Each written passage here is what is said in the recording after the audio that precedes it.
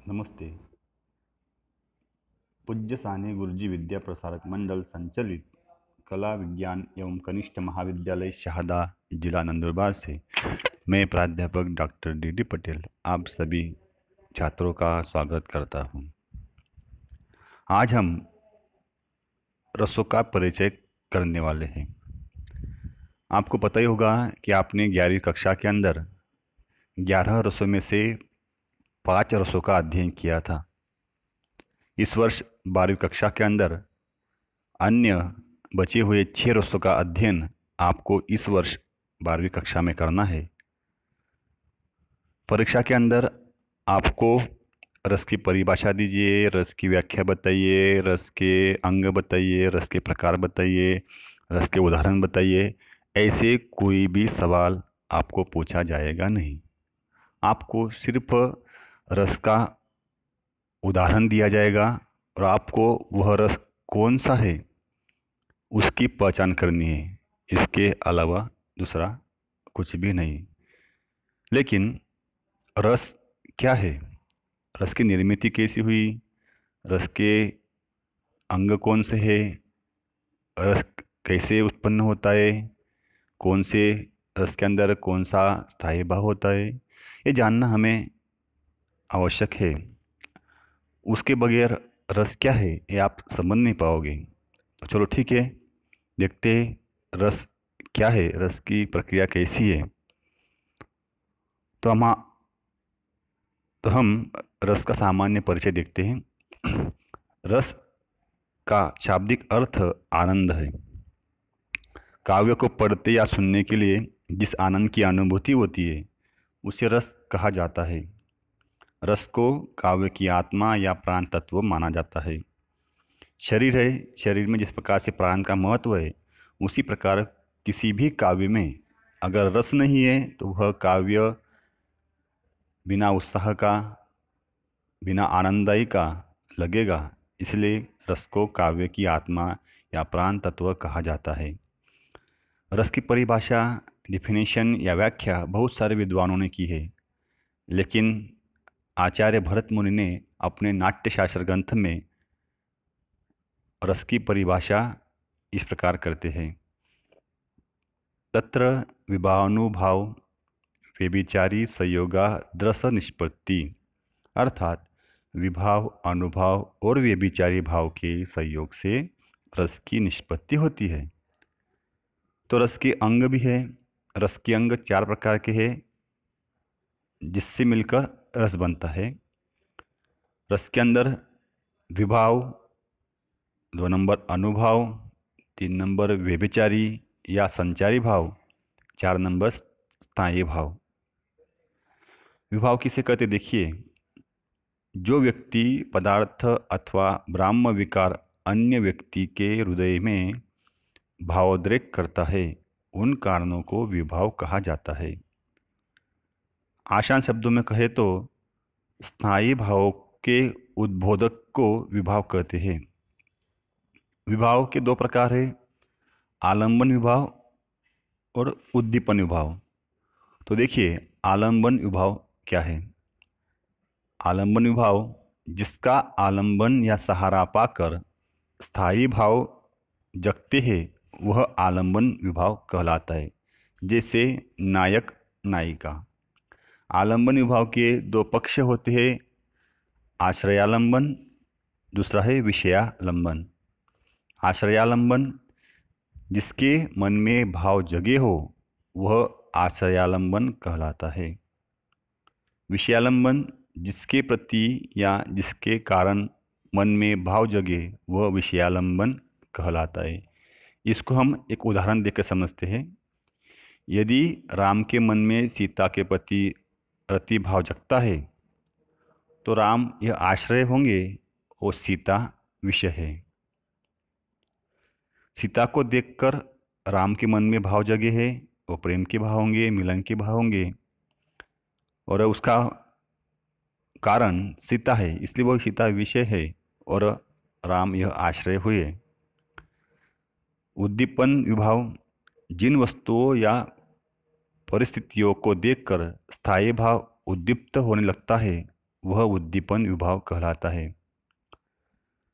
उदाहरण: चांदनी, कोकिल, काजुल, एकांत स्थान, रमणीय उद्यान, नायक नायिका की शारीरिक चेष्टाएं आदि उद्दीपन विभाव के अंदर आते हैं, जो हमारे मन में उत्पन्न करने का कार्य करते हैं, जागरूक करने का कार्य ये करते हैं। इसलिए ये माहौल जो होता है वह हमारे अंदर अलग अलग रसों की निर्मित करते रहते हैं।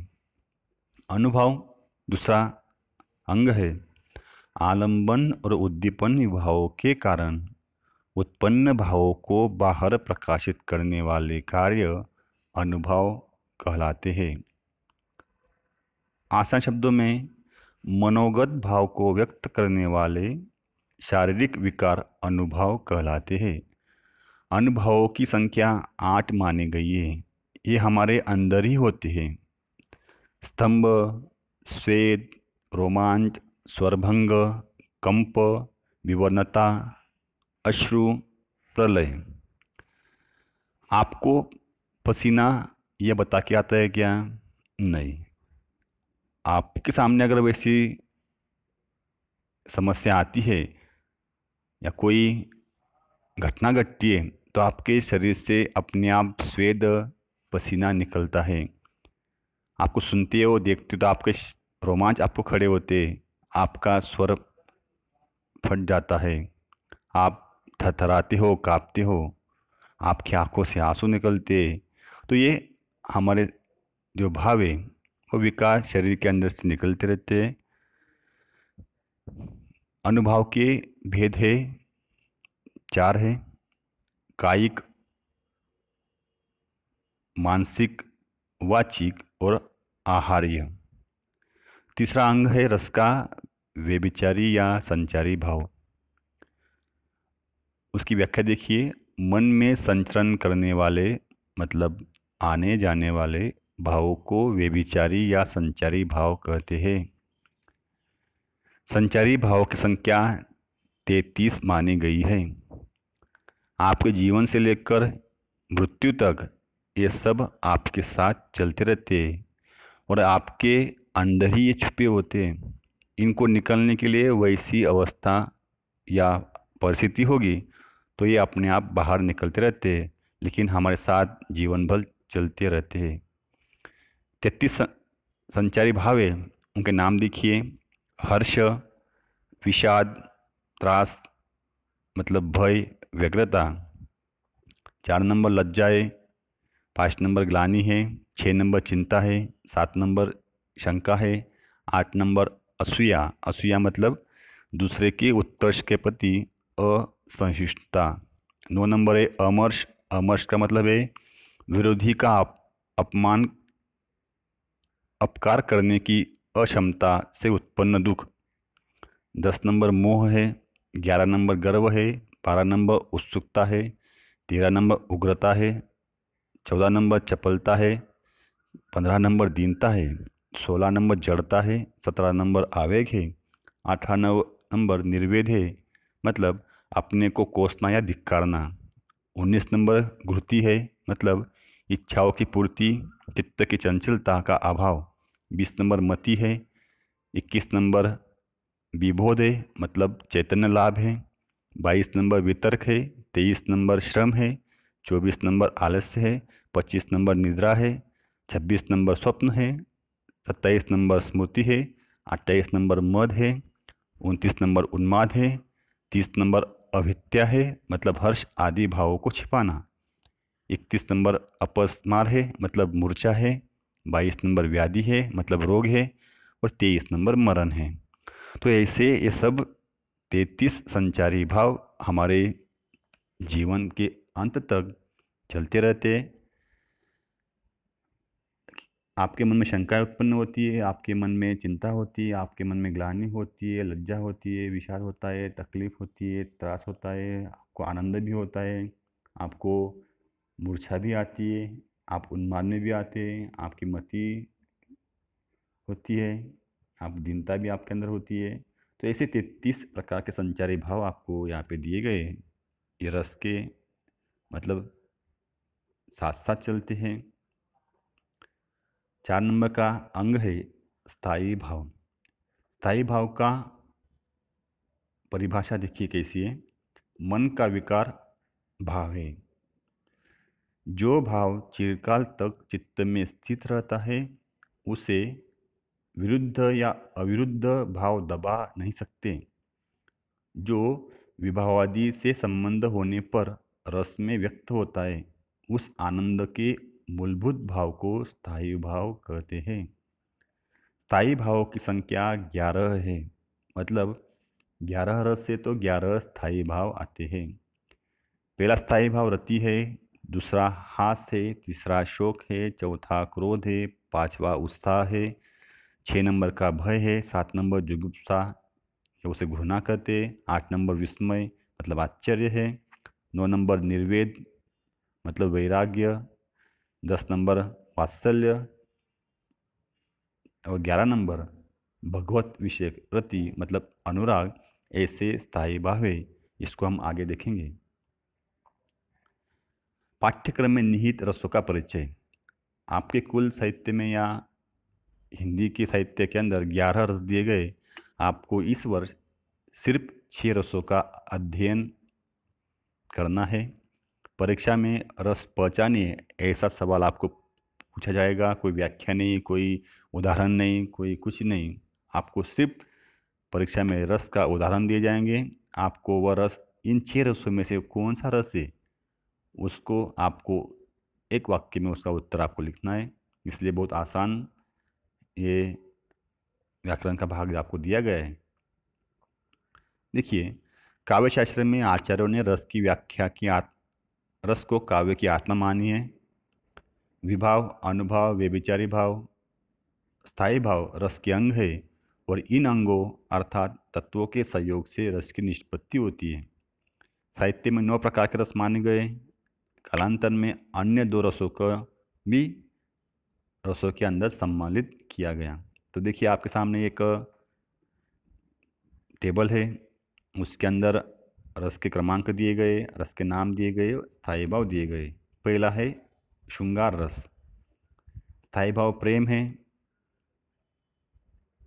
रति है। 2 नंबर शांत है, शांत रस है, स्थायी भाव शांति है। 3 नंबर का रस करुण है, स्थायी भाव शोक है। 4 नंबर हास्य रस है, स्थायी भाव हास्य है। 5 नंबर वीर रस है, स्थायी भाव उत्साह है। 6 नंबर रौद्र रस है, स्थायी भाव क्रोध है। 7 नंबर भयानक रस है, स्थायी भाव भय है। 8 नंबर बीभत्स्य है, स्थायी भाव घृणा है। 9 नंबर आश्चर्य रस है, अद्भुत रस है, स्थायी भाव आश्चर्य है। 10 नंबर वात्सल्य रस है, स्थायी भाव ममत्व है, माँ-विषयक प्रेम के लिए। और 11 नंबर भक्ति रस है, स्थायी भाव भक्ति है, ईश्वर विषयक रति है।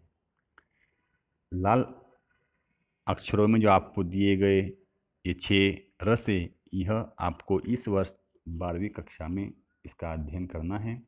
तो हम इन 6 रसों के बारे में विस्तार से देखते हैं।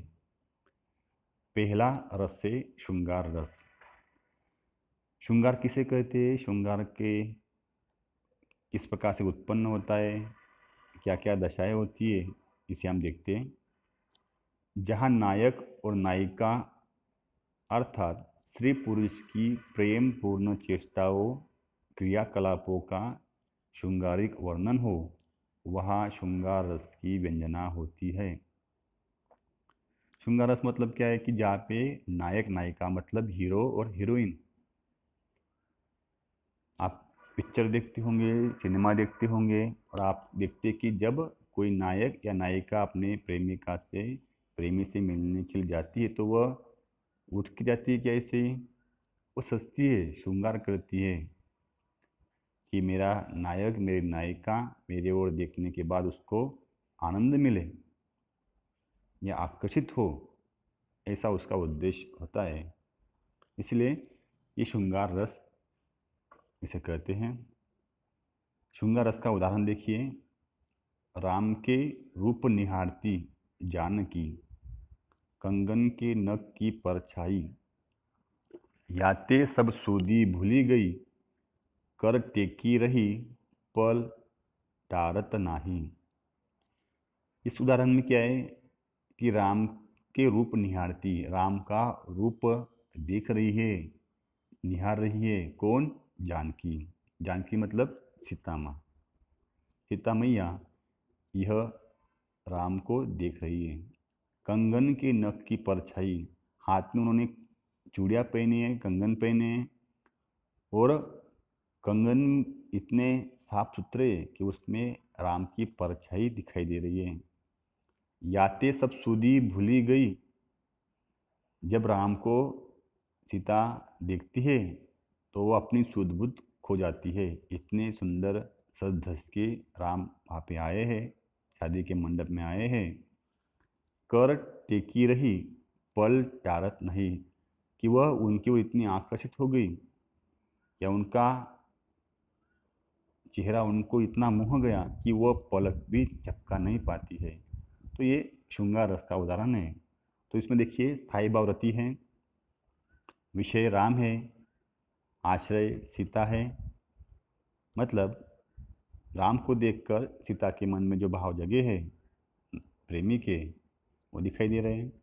उद्दीपन में राम का नग में पड़ने वाले या पड़ने वाला प्रतिबिंब है, परछाई है। अनुभव क्या है? नग में राम के प्रतिबिंब का अवलोकन करना, हाथ टेकना। वो संचारी भाव हर्ष है, जड़ता है, वो बहुत खुश हो रही है, थोड़ा भारीपन भी उसको महसूस हो रहा है। तो ये श्रृंगार रस का उदाहरण है। परीक्षा में आपको ऐसी दो पंक्तियों के उदाहरण आएंगे, आपको सिर्फ पहचानना है और लिखना है कि यह उदाहरण या यह रस श्रृंगार रस है, ऐसा। दूसरा उदाहरण देखिए श्रृंगार रस का।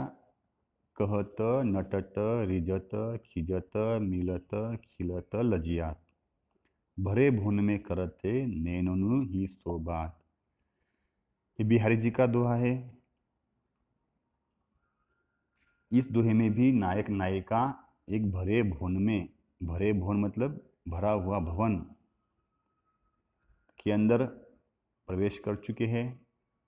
नायक की ओर से उसके पिताजी परिवार वाले आए, नायिका की पूरी परिवार सहित वो आई है, और अन्य लोग चहल पहल उस भवन में चल रहा है। लेकिन नायक नायिका से बात करता है। कैसे? आंखों के माध्यम से। नैननु ही सो बात। नायक आंखों से नायिका की ओर देख के कहता है, कहत नटत, कहती नायक नायिका से कहता है कि तू आज बहुत नट के आई है। नायिका थोड़ी सी रिझ जाती है। ये फिर आंखों से और चिढ़ाता होगा तो वो थोड़ी खिंच जाती है। बाद में दोनों का आंखों से आंखों ही में मिलन होता है, दोनों के मन खिल जाते हैं। नायिका की आंखें झुक जाती है और लज्जियात लज्जा उसको आती है। इतने सब लोग होने के बाद भी नायक नायिका भरे भवन में नैनों से बात कर लेते हैं। इस प्रकार से श्रृंगार रस के बारे में ऐसे उदाहरण आपको आएंगे, आपको आसानी से आप उसे पहचान सकते हो। चलो देखिए श्रृंगार रस के अंदर स्थायी भाव, आलंबन, उद्दीपन, अनुभव, संचारी भाव कैसे होते हैं। स्थायी भाव रहती है, आपको मालूम है। आलंबन नायक नायिका होती है। उद्दीपन आलंबन का सौंदर्य, प्रकृति, चांदनी रात होगी, वसंत ऋतु होगा, वाटिकाएं, संगीत है। अनुभव स्पर्श करना, आलिंगन, अवलोकन, कटाक्ष, मुस्कान, आश्रु है। संचारी भाव निर्वेद है, हर्ष है, लज्जा है, चपलता है, आशा है, स्मृति है, आवेग है, उन्माद है। मतलब इनमें से कोई ना कोई एक दो श्रृंगार रस के अंदर होता है। इस प्रकार से हम श्रृंगार रस के बारे में ये समझते हैं, जानते हैं। आपको सिर्फ उदाहरण आएंगे, आपको पहचानना है, ठीक है। दूसरा 2 नंबर का है शांत रस। जहाँ भक्ति, नीति, ज्ञान, वैराग्य, धर्म, दर्शन, तत्वज्ञान अथवा शारीरिक नश्वरता संबंधी प्रसंगों का वर्णन हो, वहाँ शांत रस होता है। उदाहरण देखिए, कबीर जी का उदाहरण है।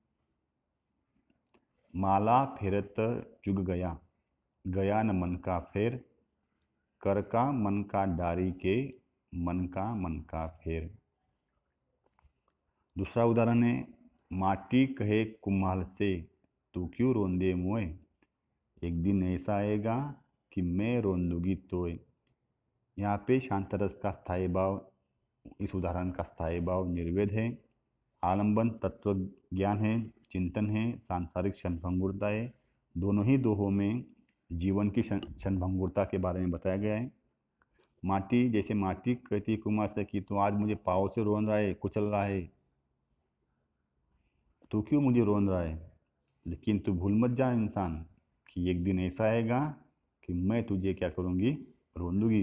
इंसान मरने के बाद एक तो वो चिता में उसका प्रवेश होता है या फिर जमीन के अंदर, और तब माटी उसको रोनती है अपने अंदर। उद्दीपन शास्त्रार्थ है, तीर्थ यात्रा है, सत्संग है। अनुभव, पूरे शरीर में रोमांच, अश्रु, स्वतंत्र होना। संचारी भाव, मति, धुति, हर्ष, स्मृति, निर्वेद, विबोध। ऐसे आपको परीक्षा में प्रश्न, मतलब प्रश्न के लिए उदाहरण आएंगे, आपको शांत रस पहचानना है कैसा है। ठीक है। अगला नंबर है रौद्र रस। रौद्र रस की व्याख्या देखिए, जहाँ पर किसी असह्य वचन, अपमानजनक व्यवहार के फलस्वरूप हृदय में क्रोध का भाव उत्पन्न होता है, वहाँ रौद्र रस उत्पन्न होता है। इस रस की अभिव्यंजना अपने किसी प्रिय अथवा श्रद्धेय व्यक्ति के प्रति अपमानजनक असह्य व्यवहार के प्रतिशोध के रूप में होती है। इसमें क्या है कि जब कोई अपने प्रिय व्यक्ति को अपमानजनक वचन बोलता है, तब यह वचन सुनकर सामने वाले के अंदर, या जो सुन रहा है, जिसको बोला गया है, उसके अंदर रौद्र रस का निर्माण उत्पन्न होता है। उदाहरण देखिए, श्री कृष्ण के वचन सुन अर्जुन क्रोध से जलने लगे, सब शोक अपना भूल कर करतल युगल मलने लगे। दूसरा उदाहरण है, कहा कैकेयी ने सक्रोध, दुर्हट दुर्हट निर्बोध, जिह्वे रस में विष मत घोल। यहाँ पे देखिए स्थायी भाव क्रोध है, आलम्बन विरोधी अनुचित बातें कहने वाला व्यक्ति है जो सामने वाले को बुरी बुरी बातें कराए। उद्दीपन विरोधियों के कार्य एवं वचन है, हमारे अंदर ये क्रोध कैसे उत्पन्न हो रहा है कि सामने वाला ऐसे ऐसे वचन बोल रहा है जिससे हमें वह क्रोध आ रहा है। अनुभव क्या है, फिर शश चलाना, बूहे चढ़ाना, दांत पीसना, मुख लाल करना, गर्जन करना, आत्म प्रशंसा करना, कंप, प्रस्वेद। तो ऐसी अवस्था में क्रोध में इंसान को गुस्सा आता है, उसकी भुएं चढ़ती है, एकदम लकवसी से लाल हो जाता है, दांत पीसता है, गर्जना करता है, जोर से चिल्लाता है, जब मैं ऐसा हूँ मैं हार जाऊंगा क्या, ऐसी आत्म प्रशंसा भी करता है। ये सब क्या है, ये अनुभव है। संचारी भाव क्या है, उग्रता, जल्दबाजी करता है, अमर्ष है, आवेग में बोलता है, आवेग है, उद्वेग है, मद है, मोह है, असूया है, स्मृति है। ये सब रौद्र रस के पहचान इससे होती है। जिस प्रकार से आपको परीक्षा में इसका भी उदाहरण आ सकता है, आपको पहचानना है कि किस प्रकार से वह वचन सुनकर या विष घोलकर सामने वाले के मन में ये रस पैदा किया जा सकता है। 4 नंबर है विभत्स रस। देखिए इसकी कैसी व्याख्या है, जहाँ किसी अप्रिय, अरुचिकर, घृणास्पद वस्तुओं, पदार्थों के प्रसंगों का वर्णन हो, वहाँ विभत्स रस होता है। अप्रिय बातें, अप्रिय घटनाएं होंगी, घृणास्पद वस्तुएं होंगी, पदार्थ होंगे, तो क्या है, उसको देखने के बाद हमारे मन में क्या है, घृणा उत्पन्न हो जाती है या उसे हम पसंद नहीं कर पाते। ऐसे विभत्स रस होता है। विष रस के उदाहरण देखिए, सिर पर बैठो काग, आँखी दोऊ खात, खींचही जीभहि सियार, अतिहि आनंद उर धारत, गिद्ध जांग में मांस खोदी खोदी खात उचारत। देखिए यहाँ पे उदाहरण दिया गया है। तो आपको कुछ शब्द ऐसे दिखाई दे रहे हैं कि जो आपको लगता है कि ये कैसा है भाई। सिर पर बैठो कागे, सिर पे काग बैठा हुआ है। आँखी दो आँखें खा रहा है। सियार जीभ खींच रहा है, आनंद से उसको ये कर रहा है। गिद्ध जांग के मांस खोद खोद के खा रहा है। इस प्रकार से ये बीभत्स रस है। यहाँ शमशान में सेवारत राजा हरिश्चंद्र का वर्णन किया गया है। स्थायी भाव जुगुप्सा है। आलंबन शमशान का दृश्य है। उद्दीपन कोए द्वारा आग निकालना, सियार द्वारा जीभ खींचना। अनुभव राजा हरिश्चंद्र द्वारा इनका वर्णन है। संचारी भाव मुह स्मृति है। दूसरा देखिए उदाहरण। सुडुक सुडुक घाव के पिल्लू मवाद निकाल रहा है। नासिका से श्वेत पदार्थ निकल रहा है। तो इस प्रकार से ये बीभत्स रस का उदाहरण है, जिसमें घृणा है, अरुचिकर है, अप्रिय, जो देखने के बाद हमें पसंद नहीं आती है। तो बीभत्स रस के देखिए कैसे अंग है। स्थायी भाव जुगुप्सा है। आलंबन रक्त है, अस्थि है, दुर्गंधयुक्त मांस है। उद्दीपन का क्या होगा कि शव का सड़ना होगा, उसमें कीड़े लगना होगा, पशुओं द्वारा उससे नोचना होगा या खाना होगा। अनुभव क्या होगा, घृणा करना, मुंह बनाना, थूकना, नाक को टेढ़ा करना। जब भी ऐसे आप कुछ गंदगी देखते हो तो आप नाक दबा लेते हो, थूक देते हो, आपका मुंह टेढ़ा कर देते हो। इस प्रकार से ये सब क्या है, रस के हाव भाव आप होते हैं। संचारी भाव ग्लानि है, शोक है, शंका है, व्याधि है, चिंता है, जड़ता है, वेव है, आवेग है। ऐसे बीभत्स रस के पहचान हम कर सकते हैं। तो ये बीभत्स रस है। आपको इसके अंदर भी एक आध परीक्षा में उदाहरण आ सकता है, इसका भी आप पहचान सकते हो कि किस प्रकार से ये बीभत्स रस, उसको पढ़ने के बाद ही आपको मालूम पड़ जाए कि भाई ये रुचिकर है, घृणा शब्द क्या आए हुए। ठीक है, देखिए अगला अगला रस है अद्भुत रस, 5 नंबर का है। जहाँ किसी अलौकिक क्रियाकलाप, अद्भुत आश्चर्यजनक वस्तुओं को देखकर हृदय में विस्मय अथवा आश्चर्य का भाव जागृत होता है, वहाँ अद्भुत रस की व्यंजना होती है।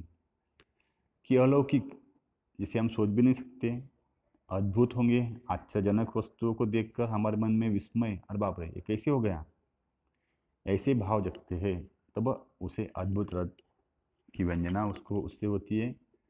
उदाहरण देखिए। एक अचंबा देखा रे बाही, टाढ़ा सिंह चरावे गाई, पहले पूत पछे माई, चेला के गुरु लागे पाई। पहला केस देखिए। एक अचंबा, एक आश्चर्य देखा रे भाई मैंने, क्या, टाढ़ा सिंह चरावे गाय, की एक हट्टा कट्टा सिंह है, वो क्या कर रहा है, गाय को चरा रहा है।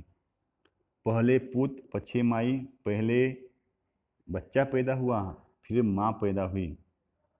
और चौथी पंक्ति है, चेला के गुरु लागे पाई, मतलब साधारण रूप में चेला मतलब शिष्य अपने गुरु के पैर पड़ता है, लेकिन यहाँ पे उल्टा दिया गया है कि गुरु चेले के पैर पड़ रहा है।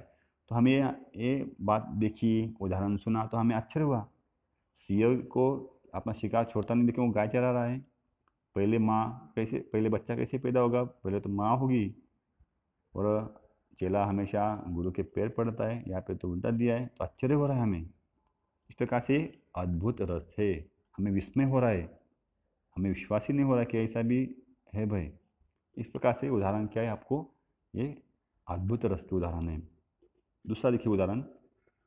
बीनू पग चले, सुने बीनू काना, कर बीनू कर्म करे, विधि नाना।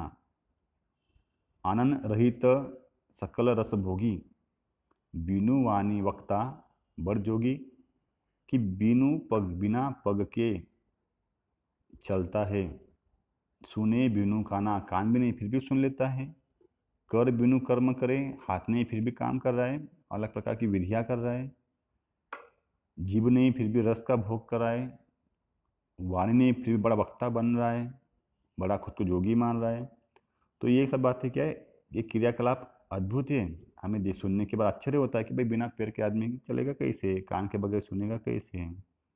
तो अद्भुत रस का स्थायी भाव विस्मय है, विस्मय है।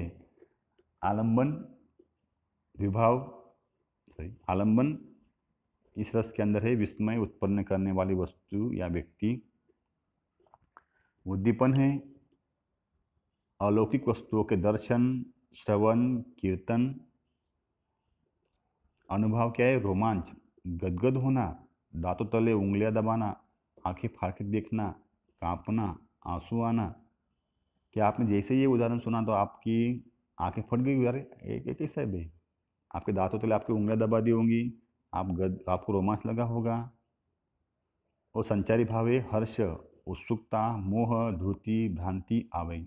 तो इनमें से ये सब जो स्थायी भाव, आलंबन, उद्दीपन, अनुभव, संचारी भाव है, ये अद्भुत रस के अंदर जैसे एक दो आते रहते हैं। तो ऐसा अद्भुत रस का उदाहरण भी आपको परीक्षा में आएगा, आराम से उसको पहचान सकते हो। आखिरी रस है आपका भक्ति रस। भक्ति रस की निर्मिति अगर किसी ने की होगी तो वह है हमारे तुलसीदास।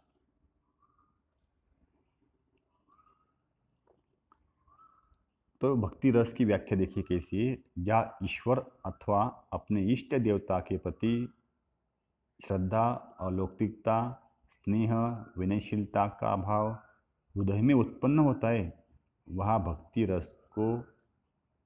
रस की व्यंजना होती है। भक्ति रस में हमेशा ईश्वर की पूजा होती है, या अलौकिक जो चीज़ें उसकी पूजा होती है, अपनापन होता है, स्नेह होता है, नम्रता होती है। तो इससे क्या है, हमारे मन में जो भाव है वह भक्ति रस का ही उदाहरण है। देखिए तुलसीदास कहते हैं, तू दयालु दीन हो, तू दानी हो भिखारी, हो प्रसिद्ध पातकी तू पाप पुंजहारी। तुलसीदास अपने राम को कह रहा है कि तू दानी है और मैं कौन हूँ, भिखारी हूँ। तू दयालु है और मैं कौन हूँ, गरीब दीन हूँ। वो प्रसिद्ध पातकी तू पाप पुंजहारी, मैं बहुत बड़ा पापी हूँ, पातकी हूँ, और तू उस पाप को नष्ट करने वाला एक पुंजहारी है।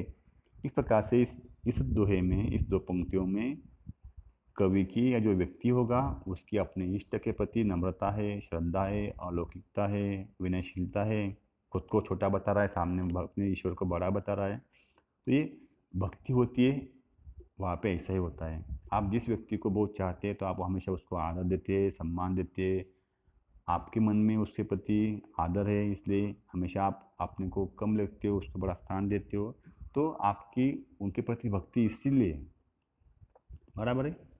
दूसरा उदाहरण है, समदर्शी है नाम तिहारो, सोही पार करो, एक नदिया एक नार कहावत, मोलो नीर भरो, एक लोहा पूजा में रखत है, एक घर बंदिक परो, सो दुविधा पारस नहीं जानत, कंचन करत खरो। इस प्रकार से भक्ति रस आपको यहाँ पे दिया गया है। भक्ति रस में क्या क्या देखिए, भक्ति रस में स्थायी भाव भगवत विषयक रहती है, भगवान के विषय है, वहाँ पे सब क्रियाकलाप होते हैं। आलंबन राम सीता होंगे, कृष्ण राधा होंगे, उनको देख के आपके मन में ऐसे भाव जगते हैं। उद्दीपन परमेश्वर के कार्यकलाप है, सत्संग है, अनुभव भगवत भजन है, कीर्तन है, ईश्वर मग्न होकर हंसना, रोना, नाचना है। मीराबाई की सभी यही कार्य करती थी। संचारी भाव निर्वेद है, हर्ष है, वितर्क है, मति है। इस प्रकार से ये भक्ति रस को बाद में जोड़ा गया, भक्ति रस और वात्सल्य रस को बाद में जोड़ा गया था। वात्सल्य रस का निर्माण सूरदास ने किया है, क्योंकि सूरदास वात्सल्य के कवि हैं, और तुलसीदास इनकी भक्ति रस है, इन्होंने अनन्य भक्ति राम के प्रति की है। तो इस प्रकार से आपको परीक्षा में ऐसे ही ऐसे उदाहरण आएंगे। आपको एक वाक्य में लिखना है कि यह रस भक्ति रस का है, श्रृंगार रस का है, रुद्र रस का है, विभत्स रस का है, अद्भुत रस का है। जो भी तीन आपको परीक्षा में उदाहरण आएंगे, इनमें से आपको दो लिखने होंगे, तो बराबर से आपको क्या है ये समझ में आएगा। इस प्रकार से रस का परिचय हमने आज देखा। आप सभी लोगों ने इस नोट्स को आपकी नोटबुक होगी उसके अंदर इसको लिखिए, वीडियो को रोकिए, स्क्रीनशॉट निकालिए, उसको आपके वही में नोट डाउन कीजिए और थोड़ा सा एक दो बार उसे ध्यान से पढ़िए, तो आपको बराबर इसको समझ में आएगा कि कौन सा रोज़ कैसे और कैसे पहचानते हैं। तो आपका ये दूसरा लेक्चर ख़त्म होता है। पहले लेक्चर में हमने पाठ्य पुस्तक का परिचय देखा था। आपको उस पाठ्य पुस्तक के परिचय का भी पूरा पाठ्यक्रम आपकी नोटबुक में आपको लिखना है, इससे आपको समझने में आसानी होगी। आप सभी का धन्यवाद।